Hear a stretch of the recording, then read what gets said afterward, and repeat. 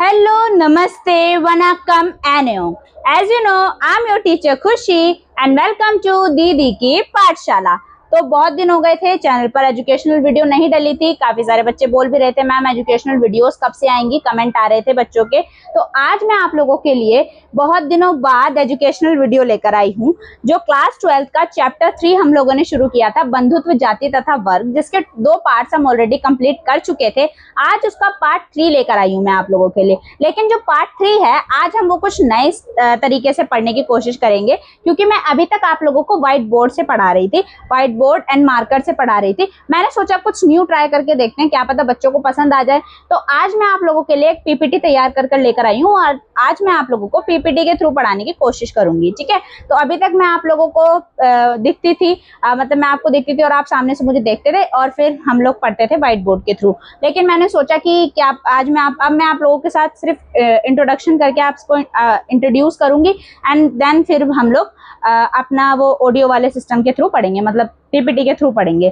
ठीक है, तो आज हम स्टार्ट करते हैं। आप लोग बाद में रिव्यू देना कि आपको कैसा लगा, मतलब आपको ये वाला तरीका ज्यादा पसंद आया पीपीटी के थ्रू पढ़ने वाला या फिर व्हाइट बोर्ड वाला। आपको जो तरीका ज्यादा पसंद आएगा हम उसी को आगे कंटिन्यू करेंगे। लेकिन मैंने सोचा कि एक कुछ नया ट्राई करके देखते हैं, तो मैंने आज ये वीडियो मैं आप लोगों के लिए लेकर आई हूँ। ठीक है, अगर आप लोगों को ये तरीका पसंद आता है तो हम सारी वीडियोस फिर आगे ऐसे ही कंटिन्यू करेंगे। ठीक है, तो इसमें मेरे को आपका फेस तो नजर नहीं, मतलब मेरा फेस आप लोगों को नजर तो नहीं आएगा, लेकिन हाँ मेरी वॉइस आप लोगों तक आएगी। ठीक है, तो पूरी वीडियो कंप्लीट हो जाएगी, उसके बाद फिर हम दोबारा से मिलते हैं। ओके, हाँ, तो हम शुरू करते हैं आज जो हमारा चैप्टर है हिस्ट्री का। ठीक है, जिसका नाम मैंने इसकी 2 पार्ट्स बना दिए ऑलरेडी, तो पार्ट 3 हम शुरू कर रहे हैं। चैप्टर का नाम था बंधुत्व, जाति तथा वर्ग। ये आपका क्लास 12 का हिस्ट्री का 3rd चैप्टर था। ठीक है, तो बेटा जैसे कि हम इस चैप्टर में पहले ही पढ़ चुके हैं, किसके बारे में, महाभारत के बारे में हम इसमें पढ़ चुके हैं कि महाभारत क्या है और जब इसका समालोचनात्मक संस्करण किया गया तो किसने किया, वीएस सुखतांकर नाम के एक इंसान ने इस परियोजना का जिम्मा उठाया था और उन्होंने इसको शुरू किया था, इसका समालोचनात्मक संस्करण करना। और समालोचनात्मक संस्करण करने का मतलब क्या होता है कि देखना कि इसके अंदर क्या क्वालिटीज थी, क्या मतलब अच्छी चीजें थी और क्या इसमें कमियां थी। ठीक है, तो इस तरीके से उन्होंने करके कुछ 13,000 पन्नों का एक मतलब एक 13,000 पन्नों की एक प्रोजेक्ट या एक रिपोर्ट की तरह पेश की थी, जिसको करने में अराउंड 47 ईयर्स का समय लगा था। ठीक है, उसके बाद हमने पितृवंशिकता के बारे में पढ़ा था कि पितृवंशिकता का अर्थ क्या होता है, महाभारत की भूमिका पढ़ी थी हमने इसमें।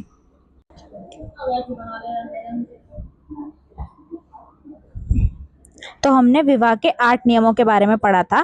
ठीक है, जिसमें 8 के 8 हमारे काम के नहीं है, हमें बस ये जानना है कि जो विवाह है वो 2 प्रकार के होते थे, एक अंतर्विवाह और एक बहिर्विवाह। ठीक है, तो अंतर्विवाह वो होते थे जो एक ही जाति समूह में के लोग आपस में विवाह कर लेते थे। ठीक है, अपने समूह में जो लोग विवाह कर लेते थे उसको क्या कहा जाता था, अंतर्विवाह। और जो बहिर्विवाह पद्धति होती थी वो क्या होती थी, गोत्र से बाहर जो लोग विवाह करते थे उसको बहिर्विवाह पद्धति बोला जाता था। ठीक है, बहिर्विवाह पद्धति में यहाँ पे कन्यादान के बारे में बताया गया है कि कन्या का दान करना पिता का सबसे बड़ा कर्तव्य माना गया था। ठीक है, अब हमें यहाँ पर टॉपिक जो है वो 3rd टॉपिक स्टार्ट करना है, जिसका नाम है विषमताएं। और विषमताएं जिसमें हम बात करेंगे वर्ण व्यवस्था की। ठीक है, तो जो विषमताएं हैं, विषमता मतलब क्या है, एक तरीके से सोशल डिफरेंसेस, यानी कि समाज में क्या ऐसी चीजें थी जो लोगों को इक्वल नहीं होने दे रही थी, जो उनके बीच में एक तरीके से इनइक्वालिटी या भेदभाव या असमानता लेकर आ रही थी। तो उसका सबसे बड़ा कारण या सबसे पहली चीज हम क्या देख सकते हैं, वो थी आपकी वर्ण व्यवस्था। ठीक है, तो वर्ण व्यवस्था की अगर हम बात करें तो ये कुछ नया तो है नहीं, आप लोगों ने पहले भी वर्ण व्यवस्था के बारे में सुना होगा कि वर्ण व्यवस्था क्या है। 4 वर्णों का वर्णन किया गया है, जो ऐसा बोला जाता है कि मनुस्मृति नाम की एक पुस्तक थी, है ना, जिसमें बताया गया कि ब्रह्मा जो है उनके अंगों से, अलग अलग अंगों से इन 4 वर्णों का उद्भव हुआ है ना, तो ये बताया गया और ब्राह्मणों द्वारा ये मतलब वर्णन किया गया था। ठीक है, तो यहाँ पर देखो क्या है कि ब्राह्मणों ने समाज को नियंत्रित करने के लिए एक दिव्य व्यवस्था तैयार की, जिसे वर्ण व्यवस्था कहा गया। इसका उल्लेख ऋग्वेद के पुरुष सूक्त में मिलता है। ठीक है, तो ब्राह्मणों द्वारा एक मतलब, अब देखो व्यवस्था अगर आपको चलानी है तो उस व्यवस्था को दिव्य बना दो। ठीक है, जब आप उस व्यवस्था को दिव्य बना दोगे ना तो लोग उसको वैसे ही मानना शुरू कर देंगे। मतलब आप कह दो कि जो कुछ भी आपको चलवाना तो आप कह दो कि भगवान ने कहा है और भगवान की तरफ से, लोगों को एक डर रहता है कि भगवान ने कहा है तो गलत होगा ही नहीं। ठीक है, तो इसीलिए इन्होंने क्या कहा था कि ये क्या है, एक दिव्य व्यवस्था है। ठीक है, वर्ण व्यवस्था, और ऐसा कहा इन्होंने कि इसे ऋग्वेद में इसका उल्लेख हमें मिलता है। ठीक है, तो ये ऐसा बताया इन्होंने। और इसके बाद हम देखें तो ठीक है, तो क्या है आगे, आगे देखो यहाँ पर आपको एक इमेज दिखाई है मैंने, यहाँ पर अगर आप इसको जूम करके देखेंगे तो वर्ण व्यवस्था बताई गई है इसमें। जैसे सबसे पहले यहाँ पर आपको दिखेगा क्या, ब्राह्मण के बारे में। ठीक है, तो ब्राह्मण जो होते थे वो सबसे ज्यादा हाई रैंक पोस्ट होती थी, या वर्ण में सबसे ऊंचा जो वर्ण माना जाता था वो ब्राह्मणों का माना जाता था। ठीक है, ब्राह्मण में कौन आ जाते थे, हमारे हिंदू जो पंडित हो गए, जिनको वेदों को पढ़ने का मतलब जो वेदों को पढ़ा करते थे, जिनको वेदों का ज्ञान था। ठीक है, और जिनका जिम्मा या जिनका कार्य क्या होता था, वेदों को पढ़ना पढ़ाना जिनका कार्य हुआ करता था। ठीक है, वो ब्राह्मण थे और पहला वर्ण जो था वो ब्राह्मणों का ही था। ठीक है, उसके बाद और ऐसा माना जाता है कि ब्रह्मा के मुख से, ठीक है, ब्रह्मा जी के मुख से ब्राह्मणों की उत्पत्ति हुई है। उसके बाद आते हैं आपके क्षत्रिय। ठीक है, क्षत्रिय जो है इनकी माना जाता है कि इनकी उत्पत्ति ब्रह्मा जी की बाजुओं से हुई है। ठीक है, जो क्षत्रिय है, और क्षत्रियों का काम क्या होता था, एक तरीके से जो आपके रूलर्स वगैरह, राजा जो हुआ करते थे, लैंड ओनर जो हुआ करते थे, यहाँ पर देखो आपको दिख रहा है ना, मिलिट्री वगैरह, ये सब क्या आ जाते थे, ये सब आ जाते थे आपके क्षत्रिय में, जिनका काम होता था एक तरीके से सुरक्षा प्रदान करना। ठीक है, रक्षा करना जिनका काम होता था वो क्षत्रिय वर्ण में आते थे। ठीक है, तो ये दूसरा वर्ण था। वर्ण व्यवस्था का पहला कौन सा था बेटा, ब्राह्मण, जो ब्रह्म ऐसा माना जाता था कि जिनकी उत्पत्ति ब्रह्मा जी के मुख से हुई है। दूसरा था आपका क्षत्रिय, जिनको माना जाता था कि इनकी उत्पत्ति कहाँ हुई है, ब्रह्मा जी के भुजाओं से जिनकी उत्पत्ति हुई है। इसके बाद जो आपका तीसरा वर्ण आता है वो है आपका वैश्य। ठीक है, वैश्य यानी कि जो आपके व्यापारी वगैरह हुआ करते थे, ट्रेडर्स वगैरह जो हुआ करते थे। ठीक है, ये तीसरा वर्ण जो था उनके लिए होता था। ठीक है, वैश्यों के लिए होता था। और वैश्य जो थे इनका माना जाता है कि ब्रह्मा जी की जांघों से, ठीक है, इनकी उत्पत्ति हुई है, किनकी, वैश्यों की उत्पत्ति हुई है। तो ये जो आप आज देखते हैं ना, ये मुनीम वगैरह का कार्य जो लोग किया करते हैं वो बेसिकली वैश्य से मतलब वैश्य वर्ण से इनका संबंध है। उसके बाद जो आपका चौथा वर्ण था, ठीक है, जिसका कार्य ये बताया गया था मनुस्मृति के में कि बाकी के जो तीनों वर्ण हैं उनकी सेवा करेगा, ये उनके लिए कार्य करेगा। इसका अपना अगर तरीके से देखा जाए इसका कुछ खास अस्तित्व था नहीं, और इसको सबसे ज्यादा निचला स्थान जो है वो समाज में दिया गया था। वो थे आपके शूद्र। ठीक है, शूद्रों का काम क्या हुआ करता था, ये लेबर वगैरह का काम करते थे, दास वगैरह का काम करते थे। ठीक है, साफ सफाई का इससे रिलेटेड काम। और बेसिकली जो इनका मुख्य कर्तव्य मनुस्मृति में बताया गया है वो बताया गया कि ऊपर के जो तीनों वर्ण हैं उनकी सेवा करने का कार्य किसका है, शूद्रों का है। ठीक है, ऐसा बोला जाता था। ठीक है, जिनको दलित भी बोला जाता था। अभी जो शूद्र थे इनके साथ अनटचेबिलिटी वाला व्यवहार किया जाता था। इनके साथ अगर देखा जाए तो इनको छूना, इनको देखना पाप माना जाता था। ठीक है, बाकी तीनों वर्ण जो थे वो इस तरीके से इनके साथ बर्ताव करते थे कि समाज में से इनको अलग स्थान दिया गया था। समाज में इनको, इनके घर अलग हुआ करते थे, इनका लाइफस्टाइल बिल्कुल अलग था। ठीक है, बहुत सारी जगहों पर तो ऐसा देखने को मिलता है, आपने मूवीज वगैरह में भी देखा होगा कि ये लोग जहाँ से गुजरते थे तो उस जगह को अपवित्र मान लिया जाता था। इन्हें कुछ डंका वगैरह बजाकर निकलना होता था। गले में एक इनके छोटा सा मटकी टाइप बंधा होता था। पीछे झाड़ू बांधकर ये लोग घुमा करते थे ताकि जिस रास्ते से जाएं उसको साफ करते हुए चलें। ऐसी बहुत सारी कुरीतियां उस समय पर हुआ करती थी। इनको बहुत सी ऐसी सजाएं दी जाती थी जो मतलब एक ही मतलब अगर देखा जाए तो मानव को तो नहीं दी जा सकती। इनके साथ बहुत जानवरों जैसा बर्ताव उस समय पर किया जाता था। ठीक है, और इसका सबका अगर देखा जाए तो इसका बेस कौन था, इसका बेस बताया जाता था मनुस्मृति को। और वो मनुस्मृति एक तरीके से ब्राह्मणों द्वारा रचित थी। और इस व्यवस्था में सबसे ज्यादा जो अगर देखा जाए बुरा बर्ताव किसी के साथ हो रहा था तो वो शूद्रों के साथ हो रहा था। ठीक है, उसके बाद यहाँ पर आपको आगे बताया गया है चारों वर्णों के कर्तव्य। तो चारों वर्णों के कर्तव्य, जिसमें मैंने सबसे पहले आपको ब्राह्मण के बारे में बता दिया कि ब्राह्मणों का कर्तव्य क्या होता था, वेदों का अध्ययन, शिक्षण, यज्ञ करना, करवाना, दान लेना, देना। ठीक है, तो क्या क्या काम होता था, ये भाई जो भी वेद पुराण है उनको पढ़ेंगे, उनका शिक्षण करेंगे, यज्ञ किसी को करना है, करवाना है, इसका कार्य कौन करेगा, ब्राह्मण करेगा। दान लेगा भी ब्राह्मण, दान देगा। और अगर देखा जाए तो समाज में क्या बोला गया, यहाँ पर आपको सर्वोच्च स्थान इनको मिला हुआ था। किनको मिला हुआ था बेटा, ब्राह्मणों को मिला हुआ था। उसके बाद जो दूसरा स्थान आता है वो आता है आपका क्षत्रियों का, सॉरी।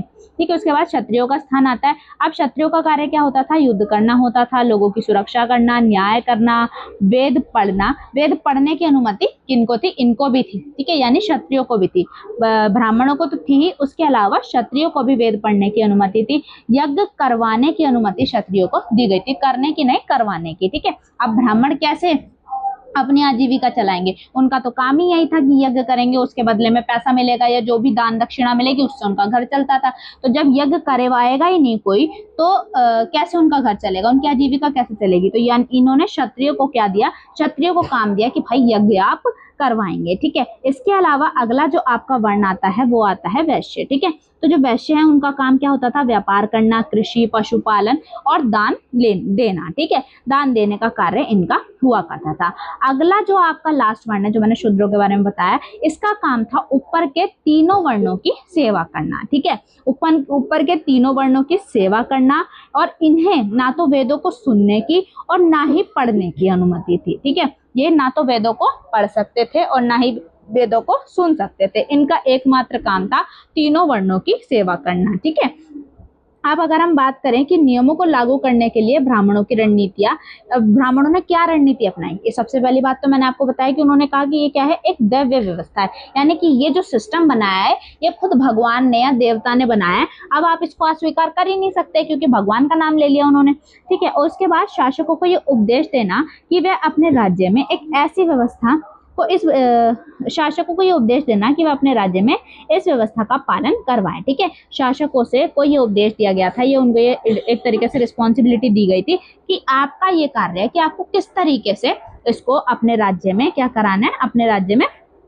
लागू कराना है, कैसे आप इस व्यवस्था को चलाएंगे। ठीक है, लोगों को यह विश्वास दिलाना कि उनकी प्रतिष्ठा जन पर आधारित है। इसको और ज्यादा बेहतर बनाने के लिए, इसको और ज्यादा प्रभावी बनाने के लिए इन्होंने क्या बोला कि ये क्या है, ये जन्म पर आधारित है, यानी कि आपका जिस भी वर्ण में जन्म हुआ है आपको आजीवन उसी वर्ण में रहना होगा। आप अपने अकॉर्डिंग वर्ण को नहीं बदल सकते। अगर मान लीजिए आप ब्राह्मण वंश में पैदा हुए हैं तो आपको आजीवन आप ब्राह्मण ही रहेंगे। अगर आप शूद्र हैं तो आप आजीवन शूद्र ही रहेंगे। ठीक है, आप चाहकर भी या पढ़ लिख कर भी, मान लीजिए आप शूद्र हैं और आपका मन है कि आप वेद पुराण पढ़ें और वेद पुराण पढ़कर आप ब्राह्मण बन जाएं, लेकिन ऐसा इस व्यवस्था में नहीं था। ठीक है, अगर आप जन्म से शूद्र हैं तो आपको आजीवन शूद्र ही रहना पड़ेगा क्योंकि आपको वेद पढ़ने पढ़ाने की अनुमति तो है ही नहीं। ठीक है, तो इस तरीके से ये जो व्यवस्था थी वो क्या थी, जन्म पर आधारित व्यवस्था होती थी। ठीक है, आप जिस वर्ण में पैदा हुए हैं आपको पूरे मतलब अपनी पूरी जिंदगी उसी वर्ण में रहना पड़ेगा। ठीक है, लेकिन पहले ऐसा नहीं था। ऋग्वेद के समय पर जो वर्ण हुआ करते थे वो कार्य के आधार पर थे और बंदा अपने वर्ण को चेंज कर सकता था। ठीक है, जन्म आधारित नहीं थे, ये कार्य पर आधारित हुआ करते थे पहले के समय पर, लेकिन धीरे धीरे ये चीजें चेंज हुई और जो ये है ये जन्म आधारित, ये व्यवस्था जन्म आधारित हो गई। ठीक है, इसके बाद अगला है अक्षत्रिय राजा। अब उन्होंने तो ये बोला कि जो राजा है वो सिर्फ क्षत्रिय हो सकते हैं, लेकिन बहुत सारी ऐसी जगहें थी जहां पर ये देखने को मिला कि राजा जो थे वो मतलब अक्षत्रिय भी थे। मतलब कुछ ऐसी जगह राजा थे जो वर्ण में मतलब क्षत्रिय वर्ण से नहीं आते थे लेकिन फिर भी वो राजा थे। ठीक है, तो जैसे कि शास्त्रों के अनुसार क्या था, केवल क्षत्रिय ही राजा बन सकते थे। लेकिन इतिहास में कई ऐसे बड़े अपवाद हैं, जैसे कि मौर्य वंश की यहाँ पे बात करें तो मौर्य वंश में बौद्ध ग्रंथों के अनुसार वे क्षत्रिय थे, लेकिन ब्राह्मणीय शास्त्र उन्हें निम्न कुल का मानते थे। ब्राह्मणीय शास्त्रों के अनुसार वो क्या थे, वो निम्न, तो ये क्या थे, अगर ब्राह्मण शास्त्रों के अनुसार देखें तो इन्हें निम्न कुल का माना जाता था। इसके अलावा जो शुंग और कर्णव थे वो थे मौर्य के उत्तराधिकारी, लेकिन ये क्या थे, ये ब्राह्मण थे। ठीक है, इसके अलावा शक और मलेच्छ जो थे वो भी कहीं कहीं पर राजा देखने को मिले, जैसे कि शक राजाओं को ब्राह्मण यानी कि मलेच्छ या बर्बर या फिर बाहरी कहते थे, लेकिन प्रसिद्ध शक राजा रुद्रदमन ने सुदर्शन झील का जीर्णोद्धार करवाया, जिससे पता चलता है कि वह शक्तिशाली थे। ठीक है, ये जो आपके शक शासक थे ये क्या थे, मलेच्छ थे, जिन्हें बहारी या बर्बर कहा जाता था। लेकिन रुद्रदमन उस समय पर काफी प्रसिद्ध और शक्तिशाली शासक हुए हैं जिन्होंने सुदर्शन झील को एक तरीके से दोबारा से बनवाया था। मतलब ये सूख गई थी, इसको वापस से इसका उद्धार करने के लिए का कार्य किसको है, मतलब किसने किया था, रुद्रदमन ने किया था। और ये जो रुद्रदमन थे वो एक शक शासक थे।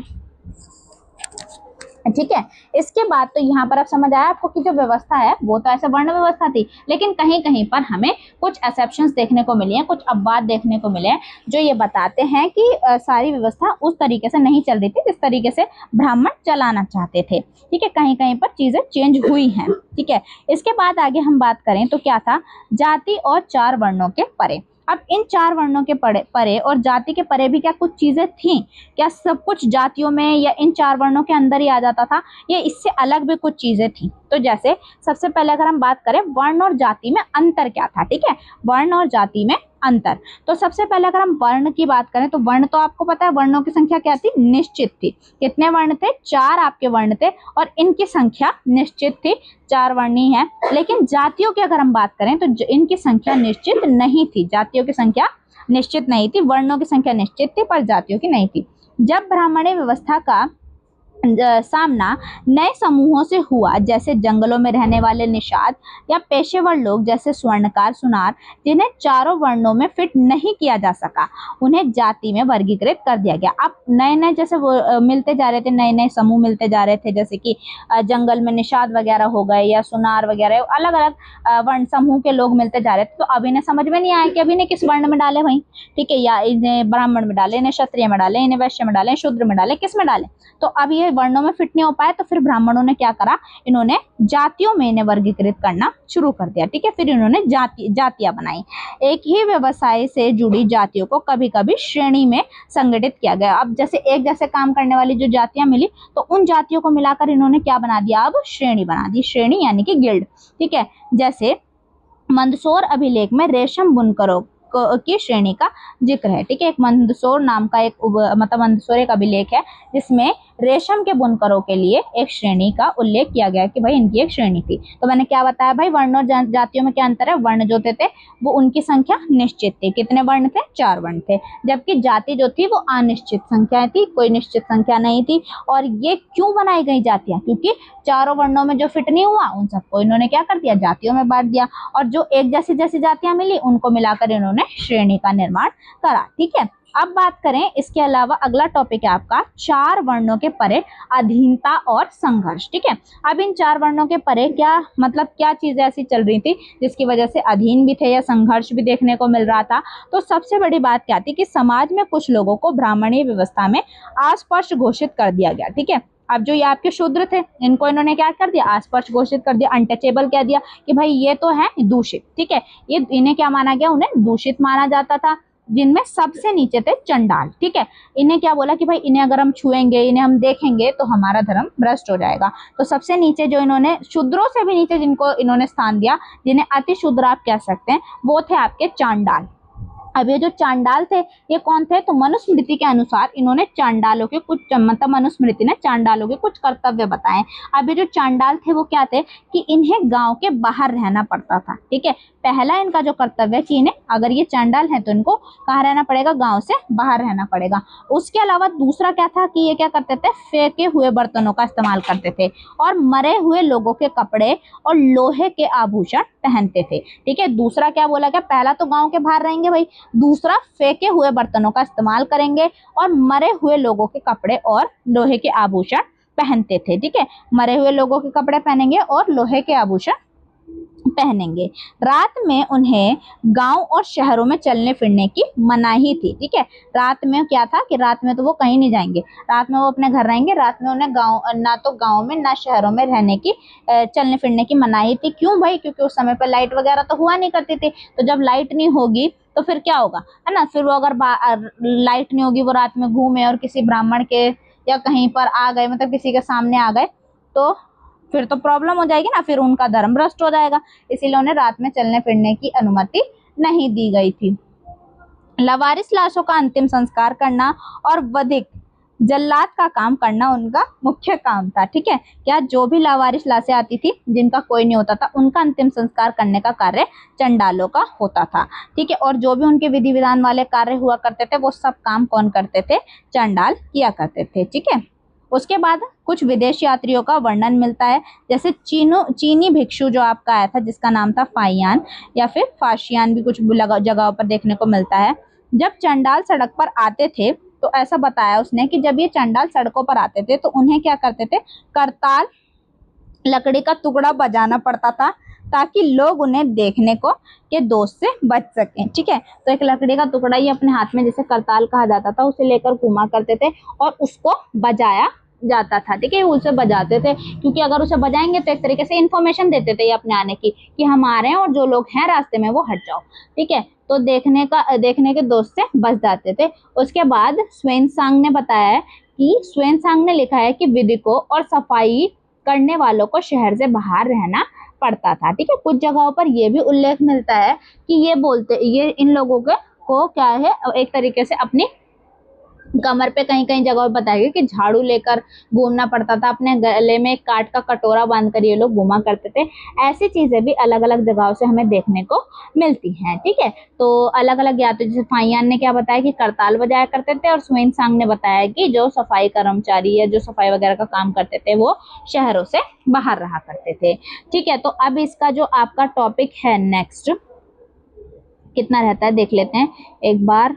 हाँ, तो ये आपका थोड़ा सा टॉपिक रहता है, तो अभी के लिए मैं यहीं पर ख़त्म करती हूँ। ठीक है, तो नेक्स्ट पार्ट में हम देखते हैं कि आगे इसका चैप्टर, मतलब नेक्स्ट पार्ट में हम आगे इसको कंप्लीट कर देंगे। ठीक है, तो हाँ, तो आई होप आप लोगों को वीडियो पसंद आई होगी। अगर आप लोगों को वीडियो पसंद आई है तो आप लोगों को पता है कि आपको क्या करना है। आपको वीडियो को लाइक करना है, चैनल को सब्सक्राइब करना है और अपने फ्रेंड्स तक इस वीडियो को शेयर करना है। ठीक है, तो ताकि ज्यादा से ज्यादा बच्चों तक एक अच्छा और क्वालिटी वाला कंटेंट मिलता रहे। ठीक है, और सबसे बड़ी बात, मैंने आप लोगों को वीडियो के शुरू में एक काम दिया था कि आपको पूरी वीडियो देख के मुझे रिव्यू देना है कि आपको कौन सा तरीका ज्यादा पसंद है, व्हाइट बोर्ड वाला तरीका ज्यादा पसंद है या ये पीपीटी के थ्रू पढ़ाने वाला तरीका ज्यादा पसंद है। जिस पर ज्यादा मतलब कमेंट आएंगे, जिसके लिए फिर वही वाला तरीका हम आगे स्टार्ट करेंगे। ठीक है, तो अभी के लिए थैंक यू, मिलते हैं नेक्स्ट वीडियो में।